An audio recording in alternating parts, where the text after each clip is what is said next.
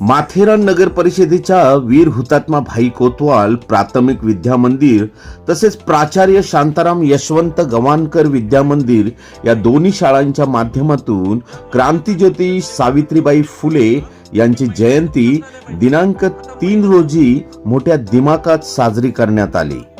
या दोन्ही शाळांमधील शिक्षक तसेच विद्यार्थी मित्रांच्या उपस्थितीत सावित्रीबाई फुले यांच्या प्रतिमेचे पूजन करण्यात आले।